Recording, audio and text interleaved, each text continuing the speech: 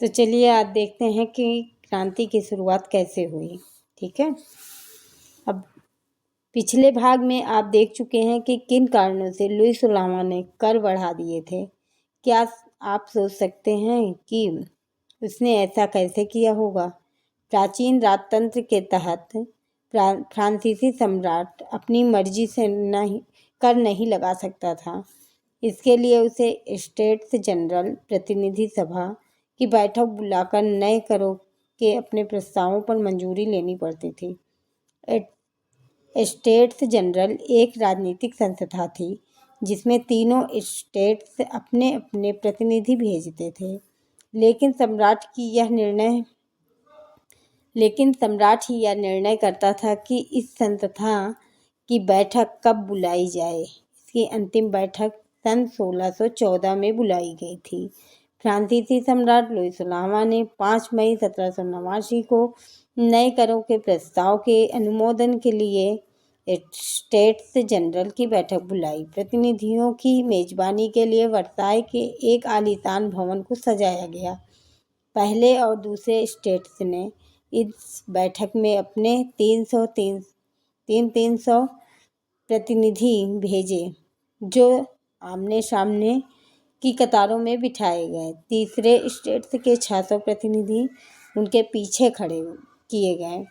तीसरे स्टेट्स का प्रतिनिधित्व इसके अपेक्षाकृत समृद्ध एवं शिक्षित वर्ग कर रहे थे। किसानों, औरतों एवं कारीगरों का सभा में प्रवेश वर्जित था। फिर भी लगभग 40,000 पत्रों के माध्यम से उनकी शिकायतों एवं मांगों की सूची बनाई गई, जिसे प्रतिनिधि अपने साथ लेकर आए थे।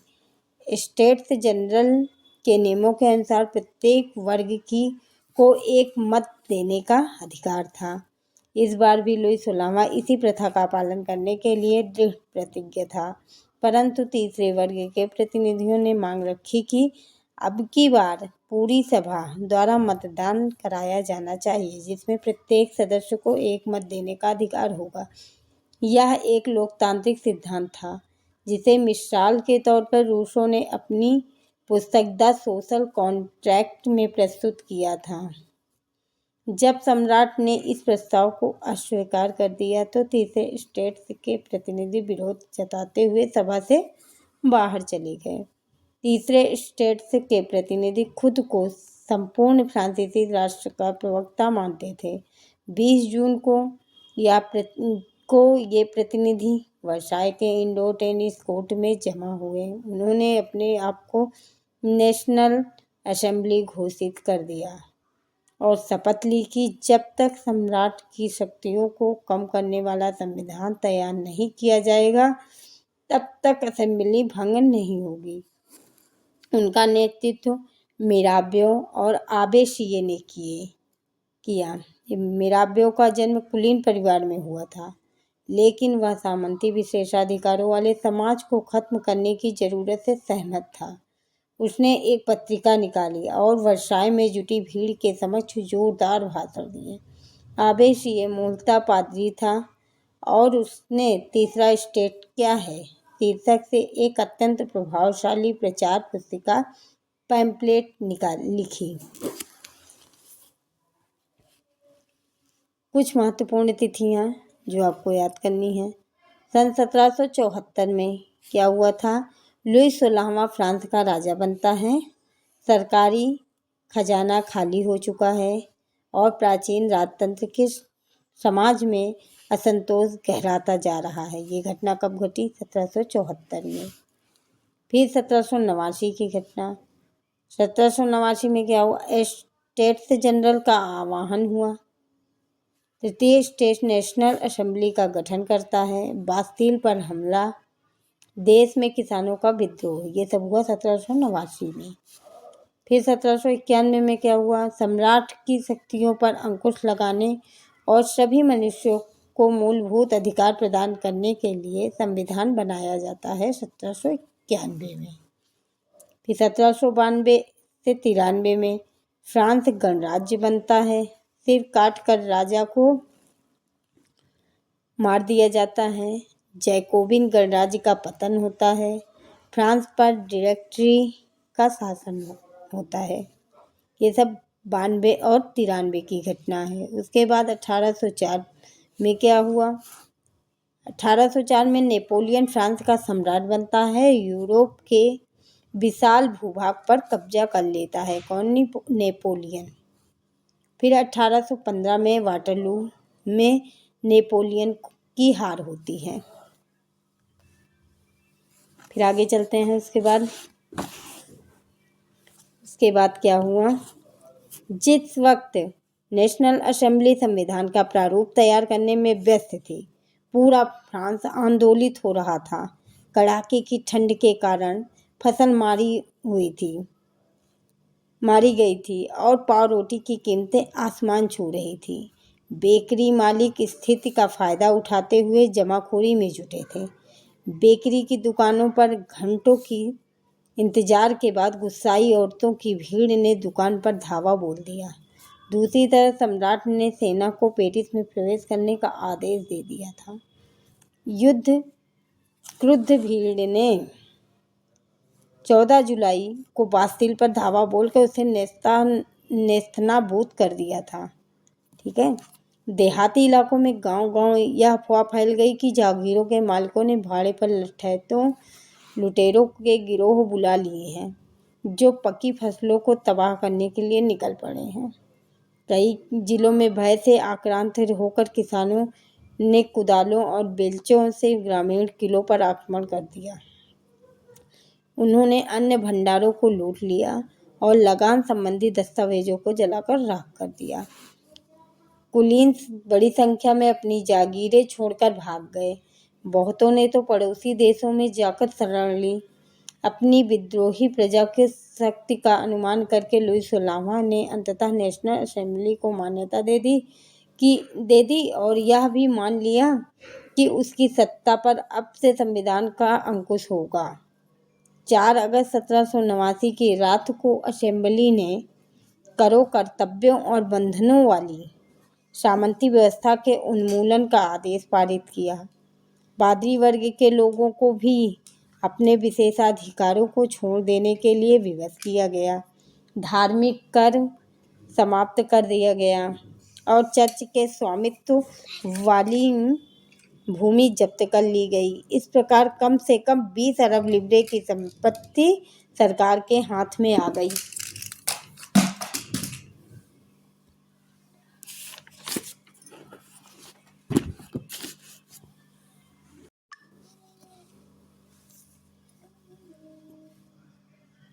फ्रांस संवैधानिक राजतंत्र बन गया। नेशनल असेंबली ने सन 1791 में संविधान का प्रारूप पूरा कर लिया। इसका मुख्य उद्देश्य था सम्राट की शक्तियों को सीमित करना। एक व्यक्ति के हाथ में केंद्रीकृत होने के बजाय अब इन शक्तियों को विभिन्न संस्थाओं, विधायिका, कार्यपालिका और न्यायपालिका में विभाजित एवं हस्तांतरित कर दिया गया। इस प्रकार फ्रांस ने संवैधानिक राजतंत्र की नींव पड़ी।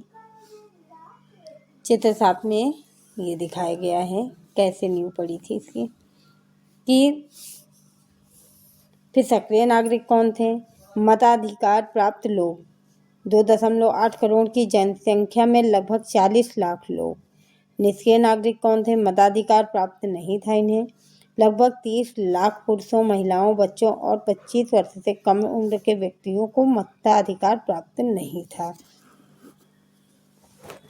फिर आए सन 1791 के संविधान ने कानून बनाने का अधिकार नेशनल असेंबली को सौंप दिया। नेशनल असेंबली अप्रत्यक्ष रूप से चुनी जाती थी।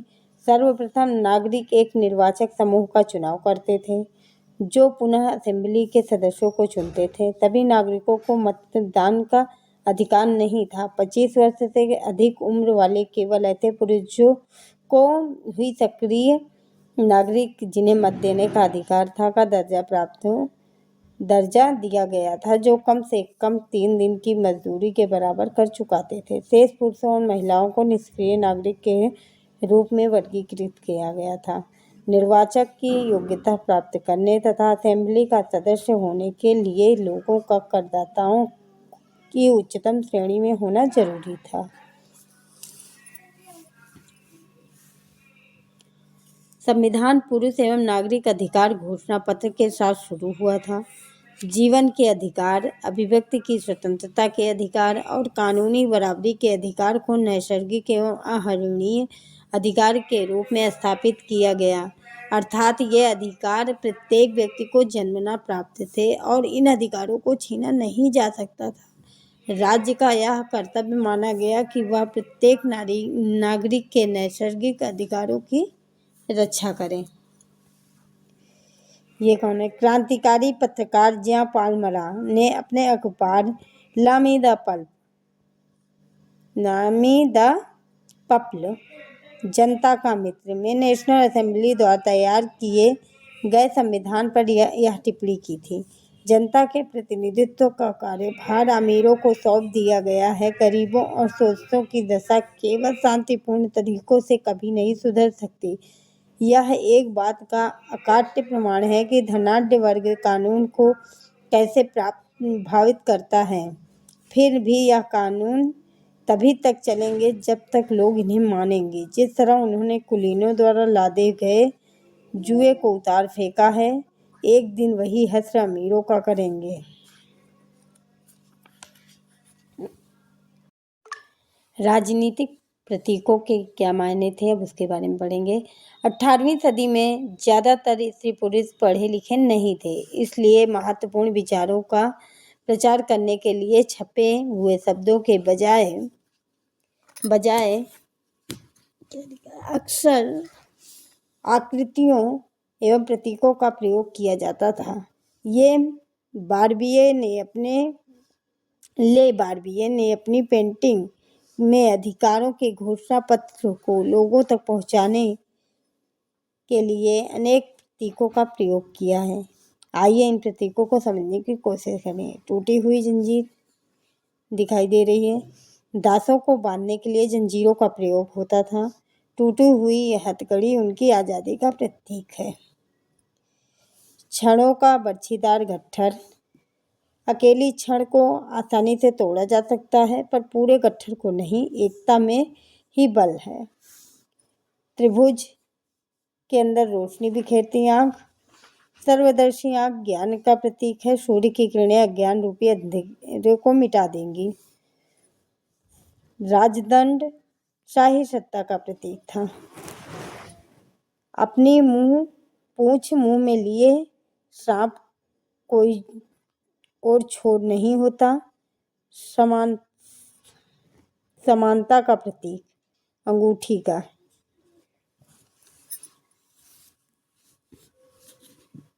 लाल फ्राइजन टोपी दासों एवं स्वतंत्र होने के बाद पहनी जाने वाली टोपी थी। नीला सफेद लाल रंग जो था फ्रांस के राष्ट्रीय रंग हैं। डैनों वाली स्त्री कानून का मानवीय रूप। विधिपट कानून सबके लिए समान है, उसकी नज़र में सब बराबर हैं।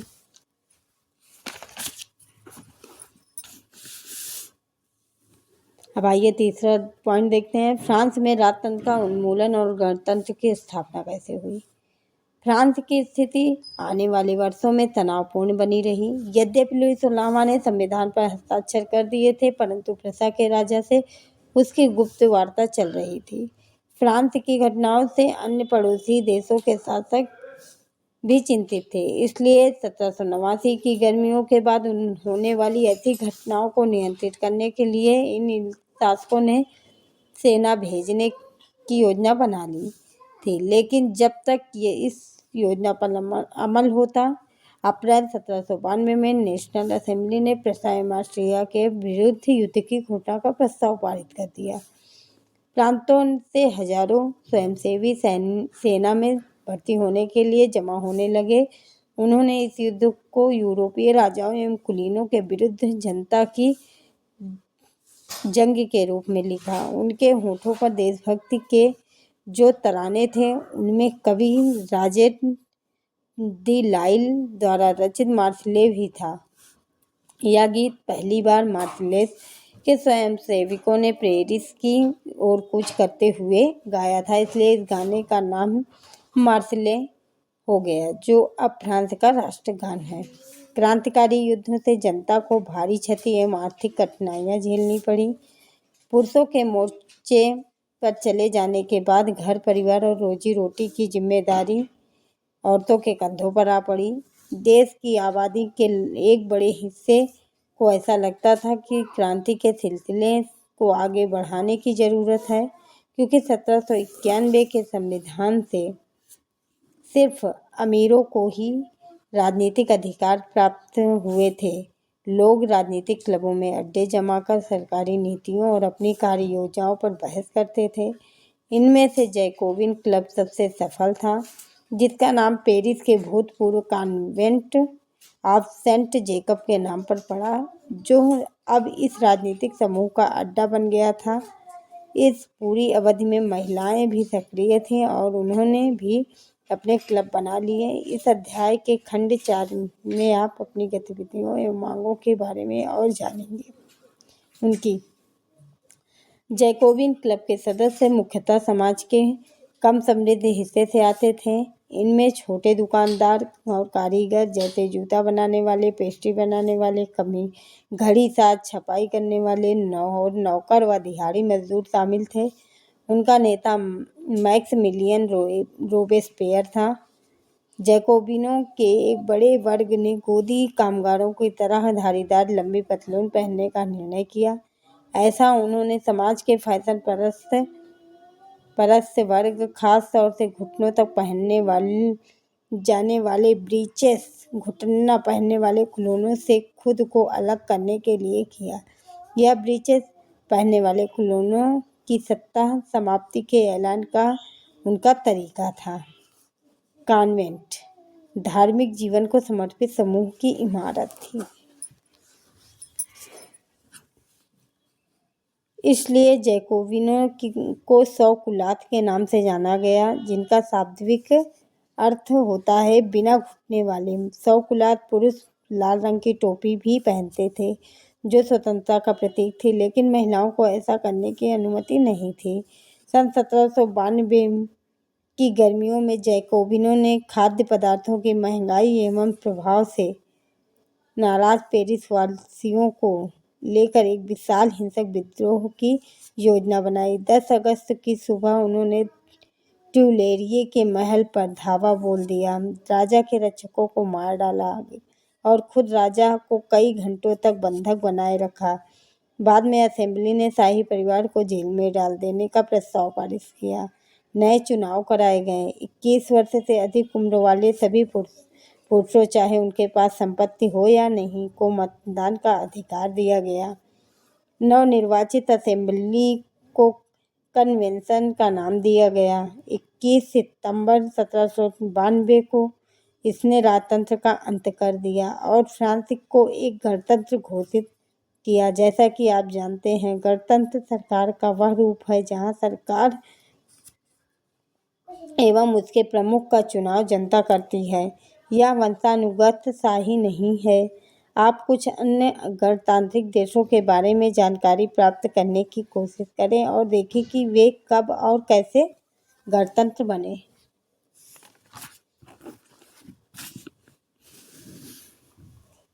लुई 16वां को न्यायालय द्वारा देशद्रोह के आरोप में मौत की सजा सुना दी गई। 21 फरवरी 1793 को प्लेस डी ला कॉन्कॉर्ड में उसे सार्वजनिक रूप से फांसी दे दी गई। जल्द ही रानी मेरी एंटोनेट का भी वही हश्र हुआ। देशद्रोह, अपने देश या सरकार से विश्वासघात करना।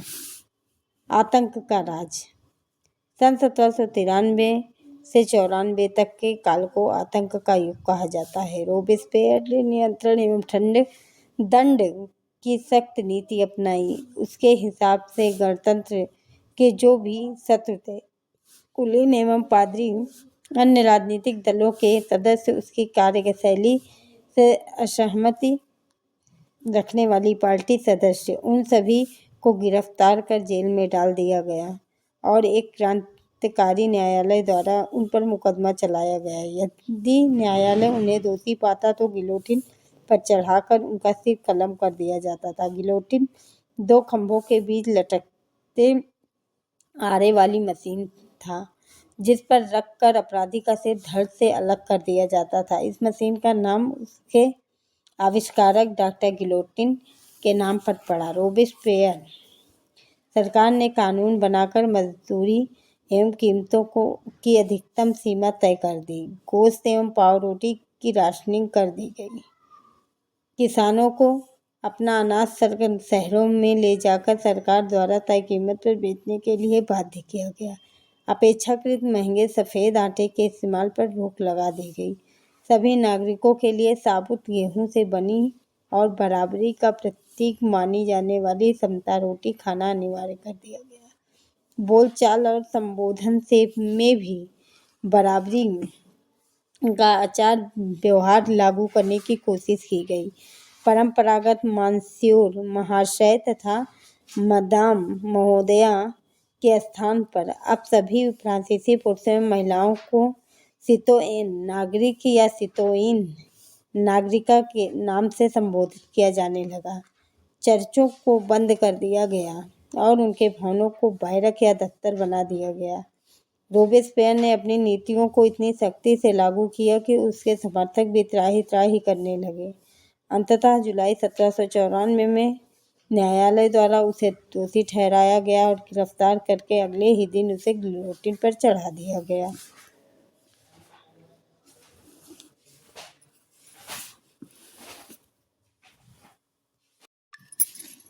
स्वतंत्रता लिबर्टी क्या है?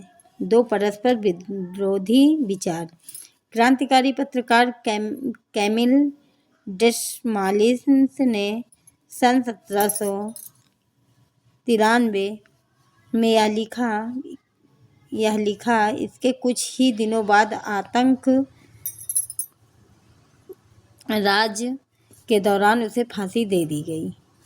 कुछ लोगों का मानना है कि स्वतंत्रता एक शिशु के समान है जिसे परिपक्व होने तक अनुशासन की अवस्था से गुजरना आवश्यक है। पर सत्य कुछ और है। स्वतंत्रता सुख शांति है, विवेक है, समानता एवं न्याय है। यह अधिकारों का घोषणा पत्र है। आज शायद अपने सभी दुश्मनों पर सिर काट देना चाहता है।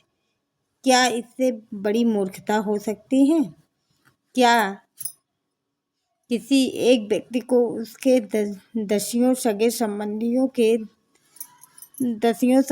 संबंधियों को दुश्मन बनाए बिना फांसी के तख्ते तक लाना संभव है? 7 फरवरी 1794 को रोबेस्पियर ने कन्वेंशन में भाषण दिया जो ला मोनितेर यूनिवर्सल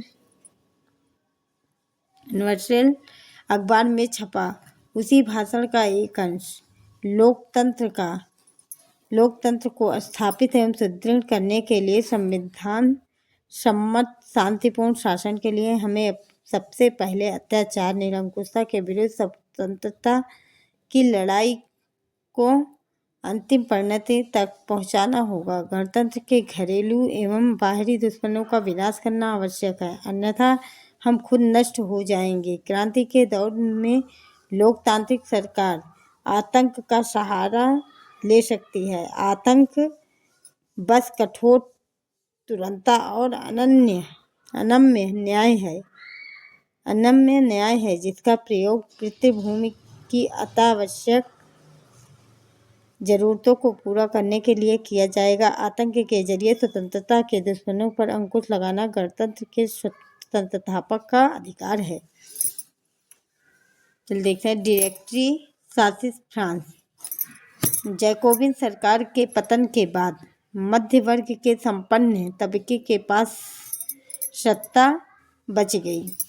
नए संविधान के तहत संपत्तिहीन तबके को मताधिकार से वंचित कर दिया गया।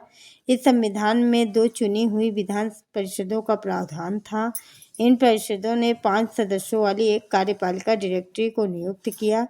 इस प्रावधान के जरिए जैकोबिनों के शासनकाल वाली एक व्यक्ति केंद्रित कार्यपालिका से बचने की कोशिश की गई, लेकिन डायरेक्टरों का झगड़ा अक्सर विधान परिषदों से होता, तब परिषद उन्हें बर्खास्त करने की चेष्टा करती। डायरेक्टरी की राजनीतिक अस्थिरता से सैनिक तानाशाह नेपोलियन बोनापार्ट के उदय का मार्ग प्रशस्त कर दिया। सरकार के स्वरूप में इन सभी परिवर्तनों के दौरान स्वतंत्रता विधि सम्मत मानता, समानता और बंधुत्व प्रेरक आदर्श बने रहे। इन मूल्यों ने आगामी सदी में न सिर्फ फ्रांस बल्कि बाकी यूरोप के राजनीतिक आंदोलनों को भी प्रेरित किया।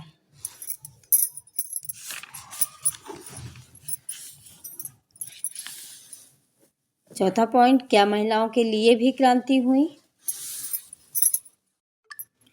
महिलाएं शुरू से ही फ्रांसीसी समाज में इतने अहम परिवर्तन लाने वाली गतिविधियों में सक्रिय रूप से शामिल थी।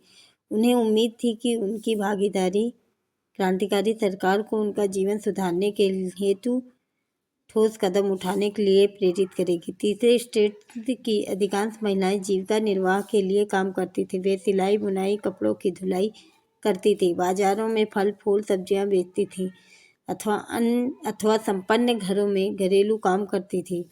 बहुत सारी महिलाएं वेश्यावृत्ति करती थी। अधिकांश महिलाओं के पास पढ़ाई लिखाई तथा व्यवसायिक प्रशिक्षण के मौके नहीं थे। वे केवल कुलीनों की लड़कियों अथवा तीसरे स्टेट के धनी परिवारों की लड़कियों कियां ही कॉन्वेंट में पढ़ पाती थी। इसके बाद उनकी शादी कर दी जाती थी। कामकाजी महिलाओं को अपने परिवार का पालन पोषण भी करना पड़ता था, जैसे खाना पकाना, पानी लाना, लाइन लगाकर रोटी लाना, बच्चों की देखरेख आदि करना।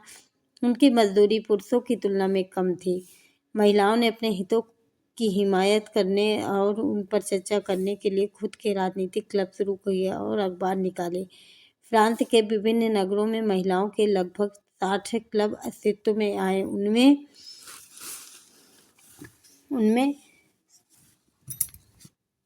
The society of revolutionary and Republican women सबसे मशहूर क्लब था।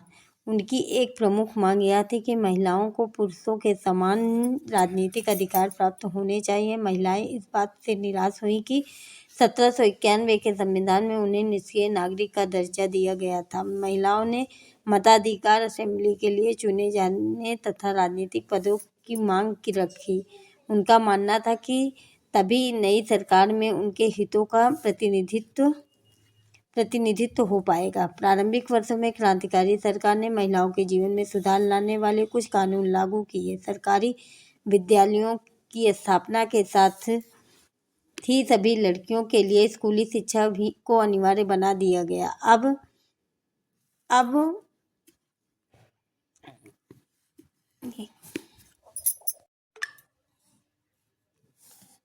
पिता उन्हें उनकी मर्जी के खिलाफ शादी के लिए बाध्य नहीं कर सकते थे।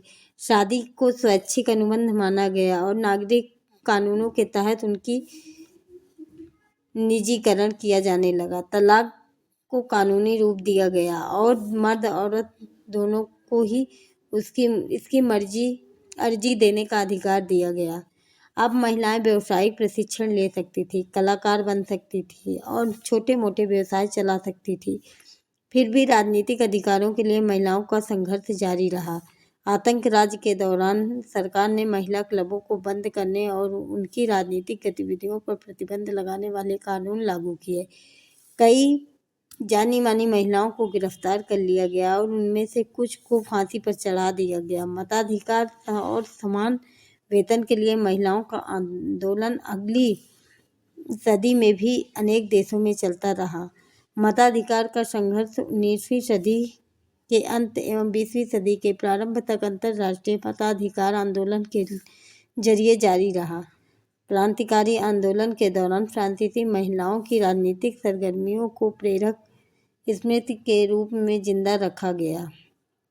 अंततः सन 1746 में फ्रांस की महिलाओं ने मताधिकार हासिल कर लिया।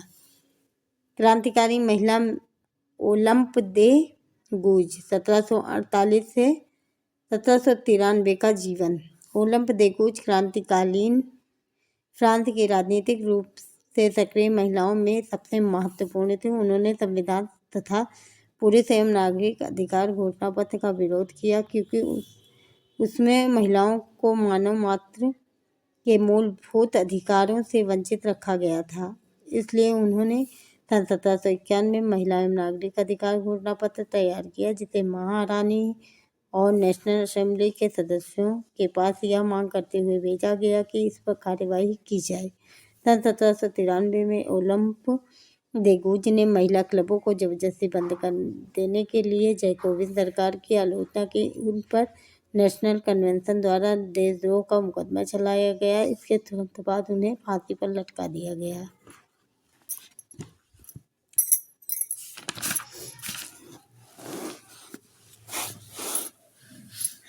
ओलंप देगूज घोषणा पत्र में उल्लिखित कुछ मूलभूत अधिकार: औरत जन्मना स्वतंत्र है, अधिकारों में पुरुष के समान है।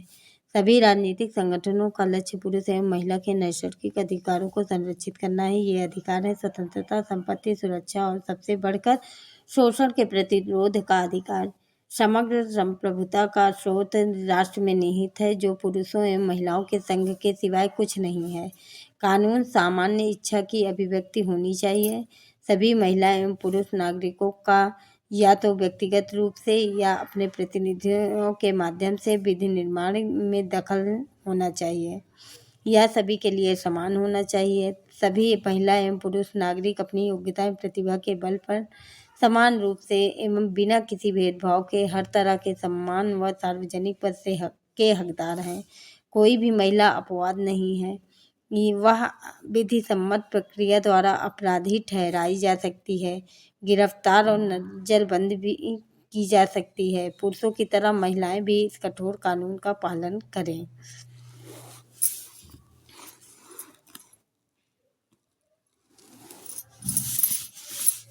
5.5 दास प्रथा का उन्मूलन। फ्रांसीसी उपनिवेशों में दास प्रथा का उन्मूलन जैकोबिन शासक के क्रांतिकारी सामाजिक सुधारों में से एक था। कैरिबियाई उपनिवेश मार्टिनिक, गांडेलोप और सैन डोमिंगो तंबाकू, नील, चीनी एवं कॉफी जैसी वस्तुओं के महत्वपूर्ण आपूर्तिकर्ता थे। अपरिचित एवं दूर देश जाने और काम करने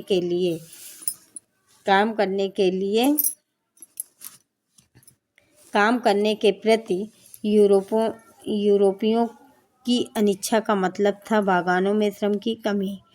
इस कमी को यूरोप, अफ्रीका एवं अमेरिका के बीच त्रिकोणीय दास व्यापार द्वारा किया गया। दास व्यापार 17वीं शताब्दी में शुरू हुआ। फ्रांसीसी सौदागर बोर्दे या नान्ते बंदरगाह से अफ्रीका तट पर जहाज ले जाते थे, जहां स्थानीय सरदारों से दास खरीदते थे। दासों को दाग कर या एवं हथकड़ियाँ डालकर अटलांटिक महासागर के पार कैरिबियाई देशों तक 3 माह की समुद्री यात्रा के लिए जहाज़ों में ठूस दिया जाता था। वहां उन्हें बागान मालिकों को बेच दिया जाता था। दास श्रम के बल पर यूरोपीय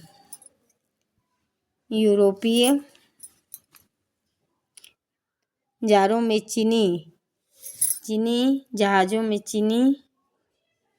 कॉफ़ी एवं नील की बढ़ती मांग को पूरा करना संभव हुआ। बोर्दे और नान्ते जैसे बंदरगाह फलते फूलते दास व्यापार के कारण ही समृद्ध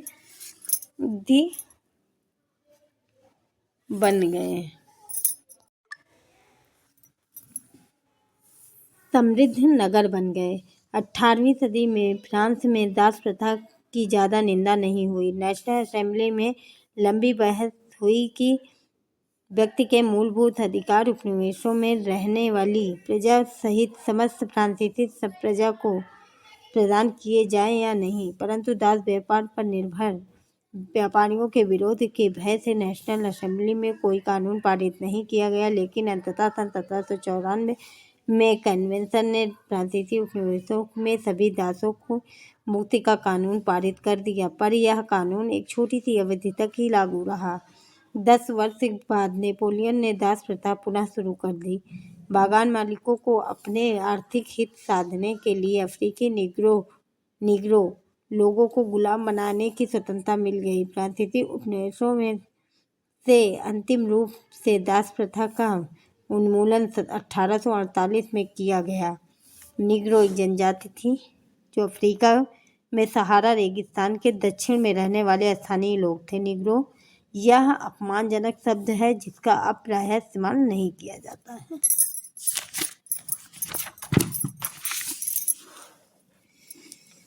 छठा पॉइंट, क्रांति और रोजाना की जिंदगी कैसी थी। क्या राजनीतिक लोगों का पहनावा उनकी बोलचाल अथवा उनके द्वारा पढ़ी जाने वाली पुस्तकों को बदल सकती है। सन 1789 के बाद के वर्षों में फ्रांस के पुरुषों, महिलाओं एवं बच्चों के जीवन में ऐसे अनेक परिवर्तन आए। क्रांतिकारी सरकारों ने कानून बनाकर स्वतंत्रता एवं समानता के आदर्शों को रोजाना की जिंदगी में उतारने का प्रयास किया। बास्टील के विध्वंस के बाद सन 1789 की गर्मियों में जो सबसे महत्वपूर्ण कानून अस्तित्व में आया वह था सेंसरशिप की समाप्ति। प्राचीन राजतंत्र के अंतर्गत तमाम लिखित सामग्री और सांस्कृतिक गतिविधियों, किताब, अखबार, नाटक को राजा के सेंसर अधिकारियों द्वारा पास किए जाने के बाद ही प्रकाशित एवं मंचित किया जा सकता था, परंतु अब अधिकारों के घोषणापत्र ने भाषण एवं अभिव्यक्ति की स्वतंत्रता को नैसर्गिक अधिकार घोषित कर दिया। परिणाम स्वरूप फ्रांस के शहरों में अखबारों, पर्चों, पुस्तकों एवं छपी हुई तस्वीरों की बाढ़ आ गई, जहां से वह तेजी से गांव देहात तक जा पहुंची। उनमें फ्रांस में घट रही घटनाओं एवं परिवर्तनों का ब्यौरा और उन पर टिप्पणी होती थी। प्रेस की स्वतंत्रता का मतलब यह था कि किसी भी घटना पर परस्पर विरोध विचार भी व्यक्त किए जा सकते थे। प्रिंट माध्यम का उपयोग करके एक पक्ष ने दूसरे पक्ष को अपने दृष्टिकोण से सहमत कराने की कोशिश की। नाटक, संगीत और उत्सवी जुलूसों से असंख्य लोग जाने लगे। स्वतंत्रता और न्याय के बारे में राजनीतिज्ञों व दार्शनिकों के पांडित्यपूर्ण लेखन को समझने और उनसे जुड़ने का यह लोकप्रिय तरीका था, क्योंकि किताबों को पढ़ना तो मुट्ठीभर शिक्षितों के लिए भी संभव था।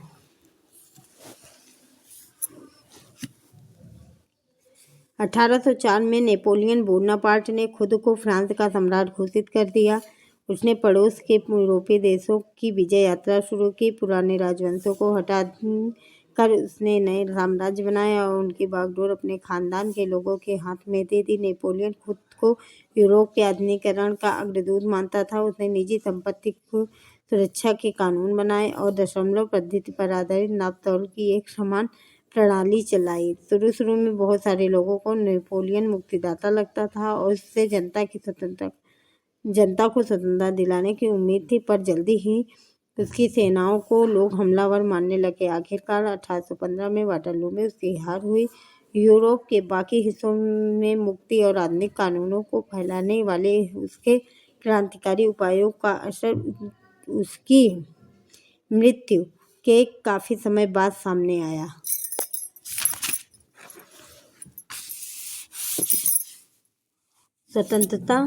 स्वतंत्रता और जनवादी अधिकारों के विचार फ्रांसीसी क्रांति का सबसे महत्वपूर्ण विरासत थे।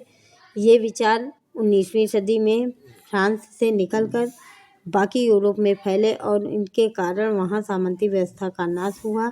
औपनिवेशिक समाजों ने संप्रभु राष्ट्र राज्य की स्थापना के अपने आंदोलनों में दासता से मुक्ति के विचार को नई परिभाषा दी। टीपू सुल्तान और राजा राम मोहन राय क्रांतिकारी फ्रांस में उपजे विचारों से प्रेरणा लेने वाले दो कठोर उदाहरण थे।